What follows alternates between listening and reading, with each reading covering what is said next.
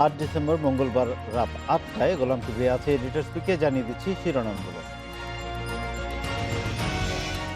দেশে করোনায় আরও ৩২ জনের মৃত্যুতে প্রাণহানি ছাড়ালো ৬,৯০০, মোট রোগী প্রায় ৪,৮২,০০০।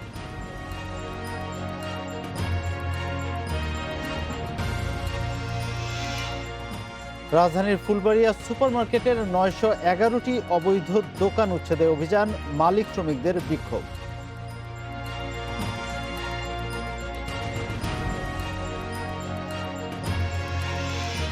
পিজিসিবির প্রকল্পে নানা অনিয়মের অভিযোগ, থমকে গেছে ১৪,৫০০ কোটি টাকার কাজ।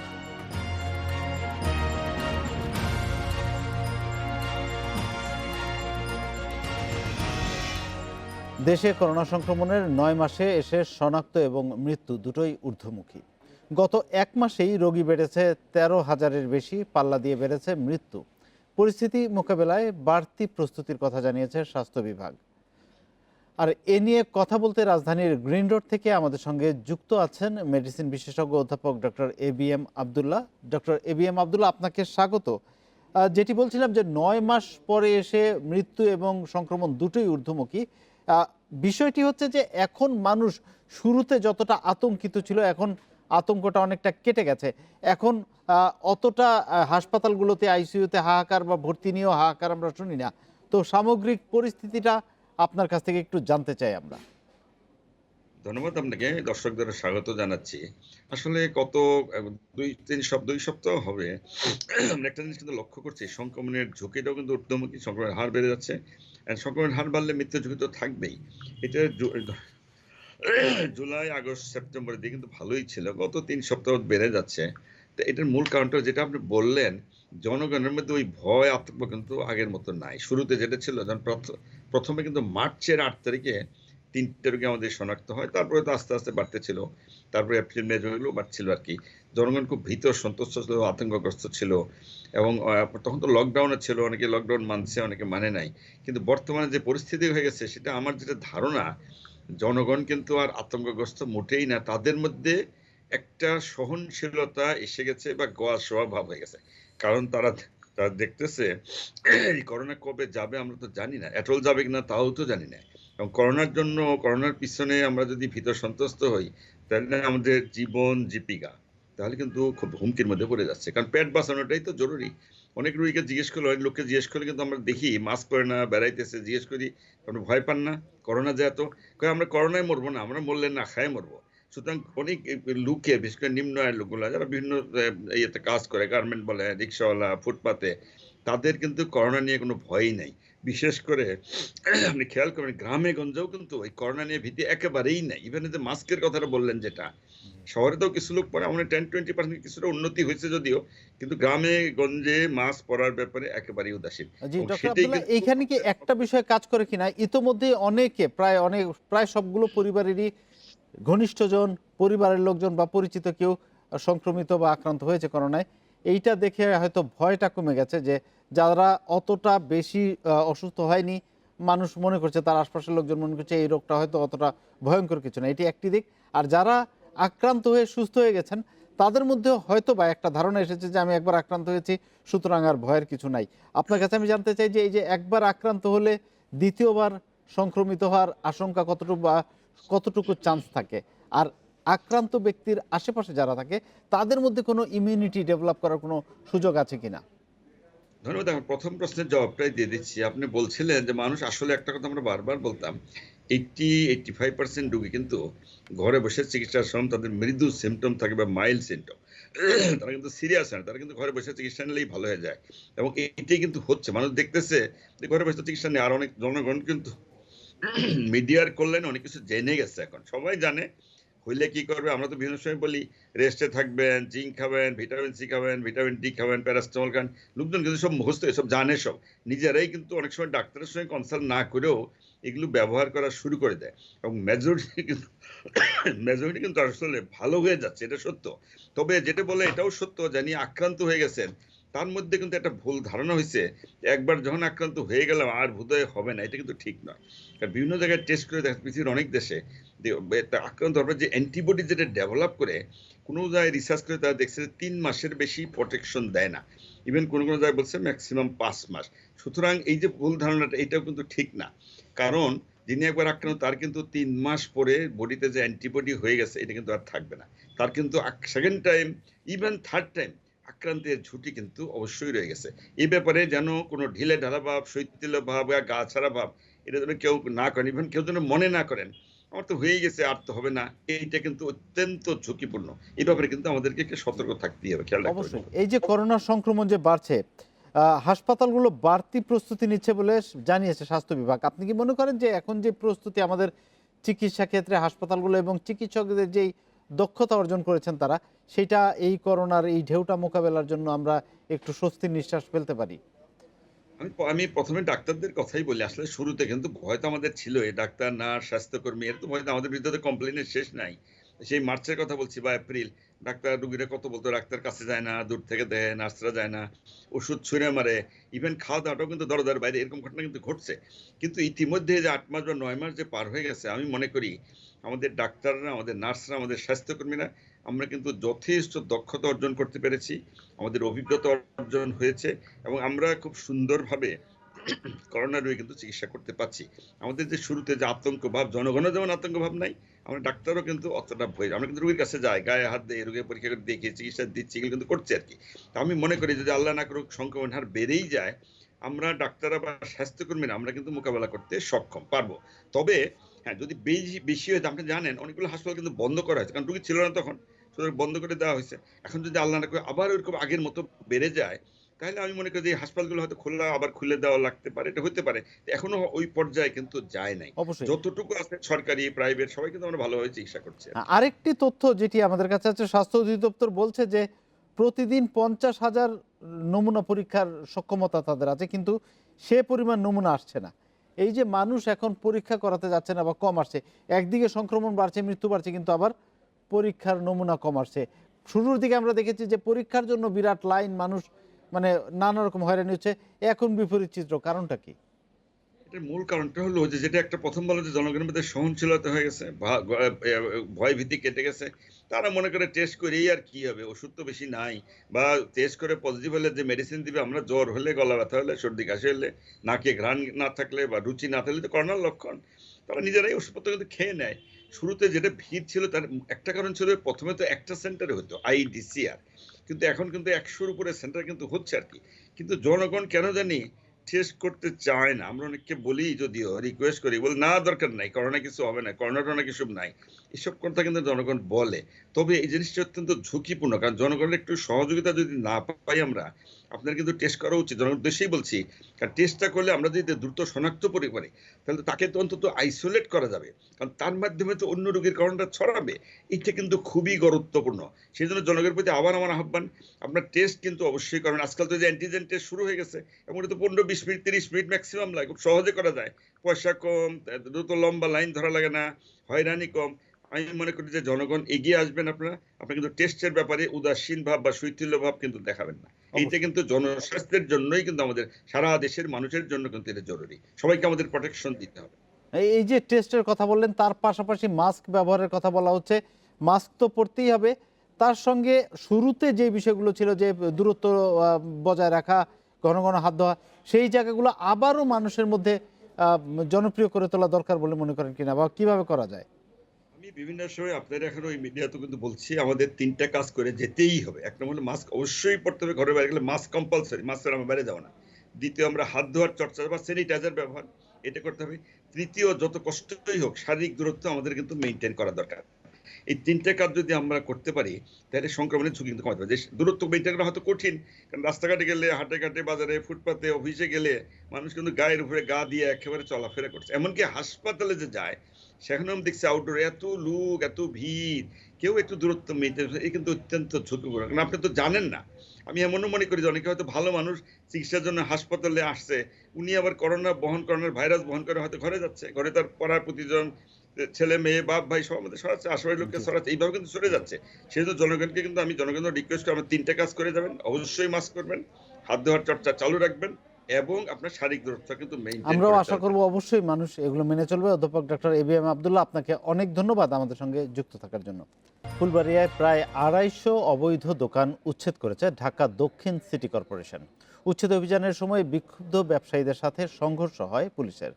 মেয়র শেখ ফজলে নূর তাপস বলেছেন, দক্ষিণ সিটির মার্কেটগুলোতে কোনো অবৈধ দোকান রাখা হবে না। তবে ব্যবসায়ীদের দাবি, সাবেক মেয়র সাঈদ খোকন টাকার বিনিময়েই সিটি কর্পোরেশনের মার্কেটে এসব দোকানের বরাদ্দ দিয়েছিলেন। এ নিয়ে কথা বলতে নগর ভবন থেকে আমাদের সঙ্গে যুক্ত আছেন ঢাকা দক্ষিণ সিটি কর্পোরেশনের প্রধান নির্বাহী কর্মকর্তা এবিএম আমিনুল্লাহ নুরী। জনাব আমিনুল্লাহ নুরী, আপনাকে স্বাগত। আমরা দেখলাম আজকে উচ্ছেদ অভিযান চলেছে এবং আমরা দেখলাম যে সেখানে যারা দোকানের মালিক দোকানদার ছিলেন তারা নানাভাবে প্রতিরোধ গড়ে তুলেছিলেন। ৯১১টি অবৈধ দোকান, এই দোকানগুলো যখন গড়ে উঠলো এবং সিটি কর্পোরেশনের প্রধান ভবনের প্রধান কার্যালয়ের কাছেই, তখন আপনাদের কি কোনো নজরদারি ছিল না? মানে কিভাবে এতগুলো দোকান অবৈধ গড়ে উঠলো এই মার্কেটে?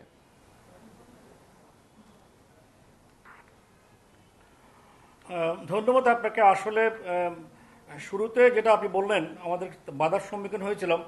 যে কোনো অবৈধ স্থাপনা উচ্ছেদ করতে গেলে সাধারণত এইভাবে একটা বাধা আসে, কারণ কেউ না কেউ তো কোনোভাবে কোনো দোকানে তারা আসন করে বসে। কিন্তু আপনি শুনে আশ্চর্য হবেন, আমাদের এই ভবনে মার্কেটের সংখ্যা হচ্ছে ৫১১টি। একটা বিল্ডিং করার সময়, মার্কেট করার সময় আমরা অনেক গবেষণা করে, অনেক বুয়েটের মাধ্যমে পরীক্ষা করে একটা মার্কেট করা হয়। কিন্তু কতগুলি দোকান থাকবে, প্যাসেজ রাখা হয়, জনগণের চলাচল রাখা হয়, আলো বাতাস যোগার জায়গা রাখা হয়। কিন্তু এই অবস্থাগুলো বন্ধ করে সেখানে মূল দোকান সংখ্যার প্রায় ডাবল, ৯০০-র অধিক দোকানকে এভাবে অস্থায়ী লিজ দেওয়া হয়েছে। তো অস্থায়ী লিজ মানে কি স্থায়ী কোনো কিছু না। আর কারা কখন দিয়ে আমি সেই বিষয়ে আসছি না, কিন্তু একটা ভবন যদি কোনো অবৈধ কোনো কিছু থাকে, যখন কোনো দুর্ঘটনা ঘটবে, কোনো সমস্যা হবে, তখন তো আপনারা জনগণের দাবি করবে কেন আমরা এগুলো দেখি নেই। এগুলো যখনই আমাদের নজরে এসেছে, এগুলো যখন এটা মেয়ের মধ্যে নজরে এসেছে, বলে যে যেটা নকশার মধ্যে নাই, যেখানে বৈধ দোকান ৫১১টি, তো ও বৈধ দোকান এই যে ৯০০টি কীভাবে থাকে। আপনি যদি সহজে দেখেন, মার্কেটে বারান্দা দখল করা হয়েছে, ফুটপাথ দখল করা হয়েছে, যেখানে গাড়ি থাকবে সে জায়গা দখল করা হয়েছে। অস্থায়ী মানে অনেক সময় মানুষের অস্থায়ীভাবে বসে, কিন্তু স্থায়ীভাবে এইভাবে ভবন করেই বসার তো কোনো সুযোগ কাউকে কিন্তু দেওয়া হয়নি। অবশ্যই। আরেকটি বিষয় আমরা দেখছিলাম আমাদের প্রতিবেদনে, এবং আমাদের প্রতিবেদক বলছিলেন যে যারা ব্যবসায়ী এবং এই যে দোকান, অবৈধ দোকানে যারা বরাদ্দ নিয়েছেন তারা কিন্তু দেখাচ্ছিলেন তাদের কাছে বরাদ্দপত্র আছে, তারা সিটি কর্পোরেশনকে ট্যাক্স দিয়েছেন এবং নানা রকম কাগজ রসিদ দেখাচ্ছেন, এবং তারা দাবি করছেন যে সাবেক মেয়র সাঈদ খোকনের সময় তারা টাকার বিনিময়ে এগুলো বরাদ্দ নিয়েছেন। তো এই যে একটা মানে অবৈধ দোকান কিন্তু একটা বৈধতার বাতাবরণ ছিল, তাদের কাছে কাগজপত্র আছে, এই বিষয়গুলো কি আপনারা খতিয়ে দেখছেন?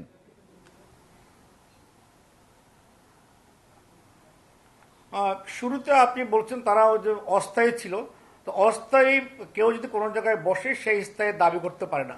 অস্থায়ীভাবে কেউ কোনো জায়গায় বসলে সেই স্থায়ী কোনো স্ট্রাকচার সে কোনো অবস্থায় করতে পারেন না। আর আর কে কারে কখন টাকা দিয়েছে, সে তো কেউ যদি অন্যায়ভাবে কাগজ টাকা দিয়ে থাকে, এটার দায়িত্বতা সিটি কর্পোরেশন নেবে না। কারণ আমাকে সেখানে যা আমার বৈধ, যারা এই মার্কেট নির্মাণের সময় সালামির টাকা দিয়েছে, ৫১১টি দোকান যাদেরকে আমরা বরাদ্দ দিয়েছি, তাদের সম্পদ, তাদের বিনিয়োগ, তাদের জানমাল এগুলো রক্ষা করার দায়িত্ব কিন্তু সিটি কর্পোরেশনের। যে অবস্থায় এই ৯০০টি দোকান তাদেরকে ঘিরে রেখেছিল, যে সেখানে যদি কোনো দুর্ঘটনা ঘটতো, তাহলে এই ৫১১ প্লাস ৯০০টি কারো কোনো কিছু বের করার কোনো সুযোগ ছিল না।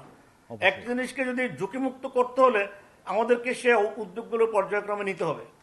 আচ্ছা, আরেকটি বিষয়, এই যে সিটি কর্পোরেশন আমরা দেখলাম একটি মার্কেটেই এই অবস্থায় এতগুলো অবৈধ দোকান, বাকিগুলোর কি অবস্থা, আপনারা কি খোঁজ খবর নিচ্ছেন কিনা? আর এই উচ্ছেদ, অবৈধ দখল উচ্ছেদ অভিযান আপনারা কি চালিয়ে যাবেন? মানে এটার কি পরিকল্পনা আপনাদের? পর্যায়ক্রমে সবগুলো মার্কেট কি এমন দখলমুক্ত হবে কিনা?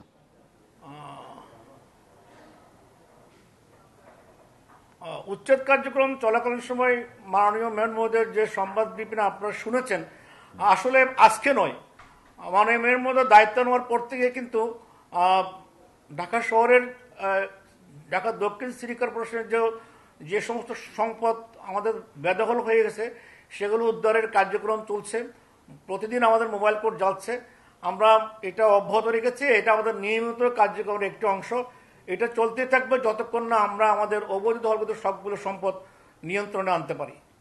অবশ্যই।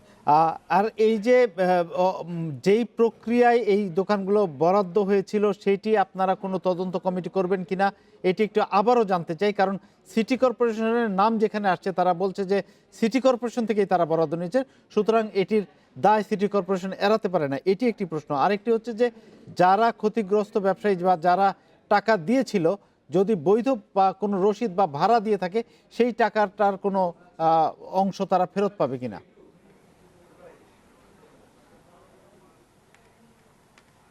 বিষয়টি আমরা খতিয়ে দেখব। যদি কেউ ক্ষতিগ্রস্ত হয়ে থাকে প্রকৃতপক্ষে, তারা যদি কোনো তালিকা আমাদের কাছে নিয়ে আসে, নিশ্চয়ই সিটি কর্পোরেশনের রেকর্ড আছে, আমরা মিলিয়ে দেখব। যদি কেউ সিটি কর্পোরেশনের এই তারা কোনো ট্যাক্স দিয়ে থাকে, যদি কেউ ক্ষতিগ্রস্ত হয়ে থাকে, এটা দোকান বরাদ্দ নীতিমালায় নিয়মে আছে, কিন্তু যদি কেউ ক্ষতিগ্রস্ত হয় তাদেরকে সিটি কর্পোরেশন পুনর্বাসন করে। যদি এ ধরনের কোনো আবেদন আসে তাদের পক্ষ থেকে, সেটা আমরা পরীক্ষা করে দেখব। অবশ্যই। জনাব ABM আমিনুল্লাহ নুরী, আপনাকে অনেক ধন্যবাদ আমাদের সঙ্গে যুক্ত থাকার জন্য। Power grid company of Bangladesh PGCBর 14,326 কোটি টাকার G2G প্রকল্পে নানা অনিয়মের অভিযোগ। চুক্তির 4 বছরেও শুরু হয়নি কাজ। এরই মধ্যে এক দফায় বেড়েছে প্রকল্পের খরচ। চীন বাংলাদেশ দুই দেশের সরকারি চুক্তির আওতায় প্রকল্পটি বাস্তবায়িত হলেও নিয়োগ দেওয়া হয়েছে বেসরকারি ঠিকাদার। ফলে প্রকল্প ঋণের বড় অংশের সুদহার দ্বিগুণ হচ্ছে। আর এ নিয়ে কথা বলতে আশুলিয়া থেকে আমাদের সঙ্গে যুক্ত আছেন জ্বালানি বিশ্লেষক M শামসুল আলম। জনাব শামসুল আলম, আপনাকে স্বাগত। এই যে প্রকল্পটি প্রায় 14,500 কোটি টাকার, এটি বাস্তবায়ন হওয়া খুবই জরুরি ছিল আমাদের জ্বালানি খাতে এবং বিদ্যুৎ খাতের উন্নয়নের ক্ষেত্রে, কিন্তু 4 বছরের কাজই শুরু হয় নাই। এই এমনটা কেন হয় সরকারি, বা বিশেষ করে এই প্রকল্পটাতে আপনার কি মনে হয় কোন কোন জায়গায় সমস্যা, কেন এত বড় একটা অনিয়ম হচ্ছে এখানে? প্রথমত হচ্ছে যে এই অনিয়মের যে হচ্ছে এই বিষয়টি সামনে আনতেও সংশ্লিষ্টরা ভয় পান, কারণ এই অনিয়মের যে দুটো কোম্পানির কার্যক্রম বা স্বার্থ সংশ্লিষ্ট, সেটা হচ্ছে PGCP এবং BCPCL, বাংলাদেশ চাইনিজ বাংলাদেশ, যে বাংলাদেশ চাইনিজ পাওয়ার জেনারেশন কোম্পানি যেটা বলে, এই যৌথ মালিকানায় যেটা হচ্ছে, তাদের পরিচালনা বোর্ডের সভাপতি হচ্ছে মুখ্য সচিব। আগেও আবুল কালাম আজাদ সাহেব ছিলেন বিদ্যুৎ সচিব থাকা অবস্থায়, মুখ্য সচিব থাকা অবস্থায়, SDGর কোঅর্ডিনেটর থাকা অবস্থায় ছিলেন। সুতরাং ওখানে ওনারা যা চান, আর এখন কাইকোয়াজ সাহেব আছেন, ডক্টর কাইকোয়াজ যা চাচ্ছেন তাই হচ্ছে। এবং সেই আবুল কালাম আজাদ সাহেবও যা চেয়েছেন তাই করেছেন।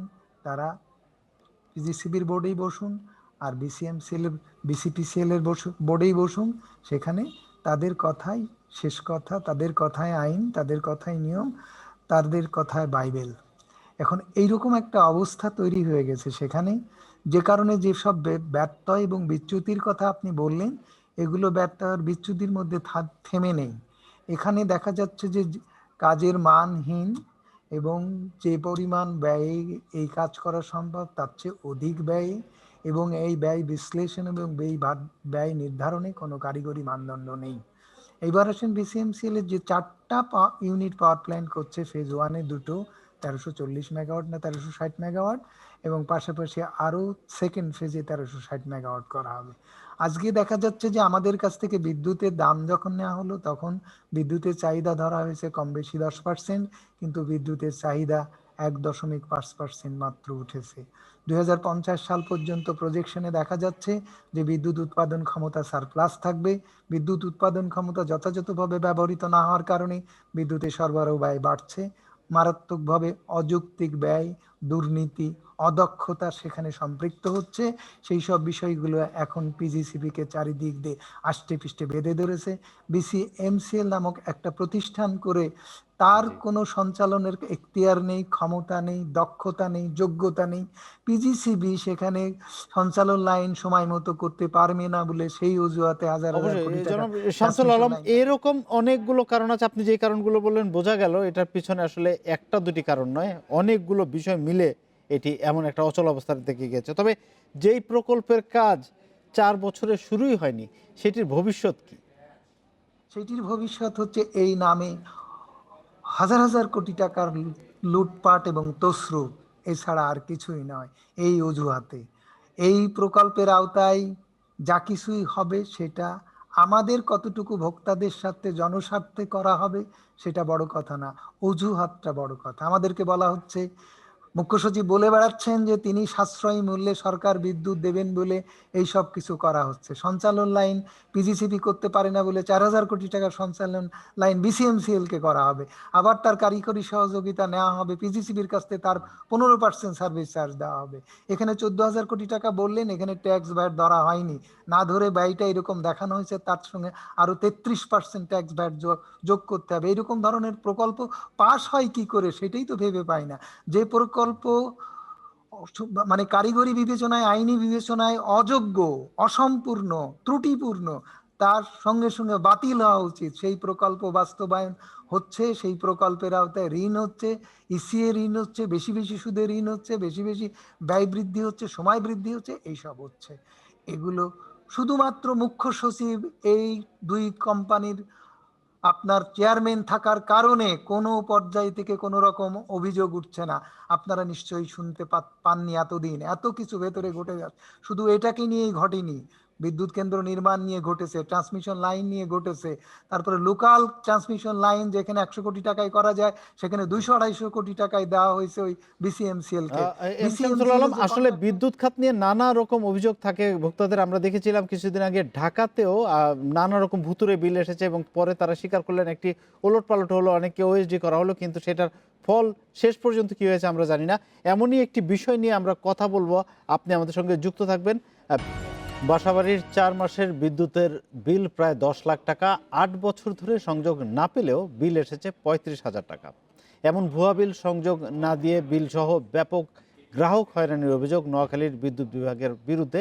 আর এ নিয়ে কথা বলতে এখন আমাদের সঙ্গে যুক্ত হয়েছেন নোয়াখালীর প্রতিনিধি আবু নাসের। আবু নাসের, আপনার কাছেই প্রথমে যাচ্ছি। এছাড়া আমাদের সঙ্গে আগে থেকে যুক্ত ছিলেন এম শামসুল আলম। আমি যাচ্ছি এখন আবু নাসেরের কাছে। আবু নাসের, এই যে একটা অস্বাভাবিক বিল এমন এসেছে, সেক্ষেত্রে বিদ্যুৎ বিভাগ কি বলছে? গ্রাহকরা সেখানে যাচ্ছেন এবং কি প্রতিকার পাচ্ছেন?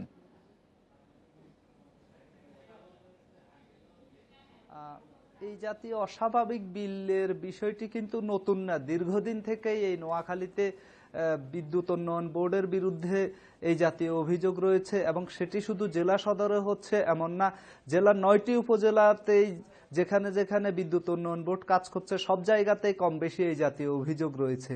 অভিযোগের কয়েকটি অংশ রয়েছে, বিশেষ করে ভুতুড়ে বিল, মিটারে যেই পরিমাণ রিডিং রয়েছে তার চাইতে বেশি বিল করা এবং মিটার না দেখে বিল করা, অর্থাৎ অফিসে বসে বিল করার প্রবণতা রয়েছে। পাশাপাশি কারো বিদ্যুৎ সংযোগ বিচ্ছিন্ন করে দেয়া হয়েছে তারপরেও বিল করা হয়েছে, এমন ঘটনাও রয়েছে।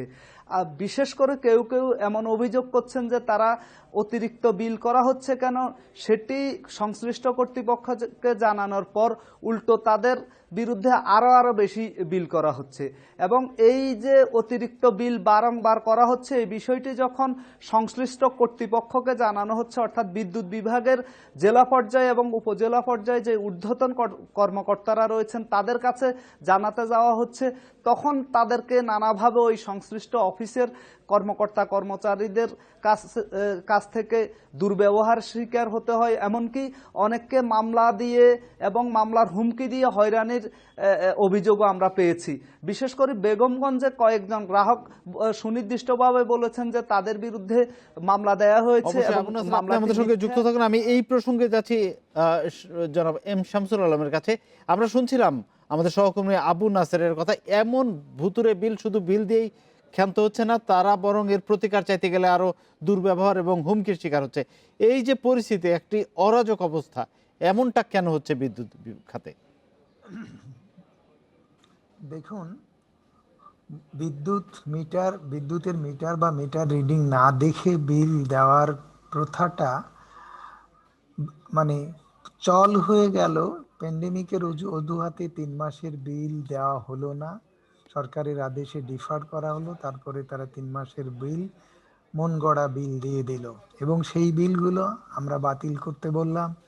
পরে 3 মাস পরে যে মিটার আসলো, মিটার দেখে সেগুলো অ্যাডজাস্ট করতে বলা হলো এবং সেগুলো তারা করলো না। মাঝখান থেকে বিদ্যুৎ বিভাগ থেকে একটা টাস্কফোর্স গঠন করা হলো, সেই টাস্কফোর্সের সুপারিশে এইসব বিদ্যুৎ বিলগুলোর বৈধতা দিয়ে দেওয়া হলো এবং এও বলা হলো যে আপনারা অভিযোগ করলে সেটা খতিয়ে দেখা হবে এবং বাড়তি বিল অ্যাডজাস্ট করা হবে।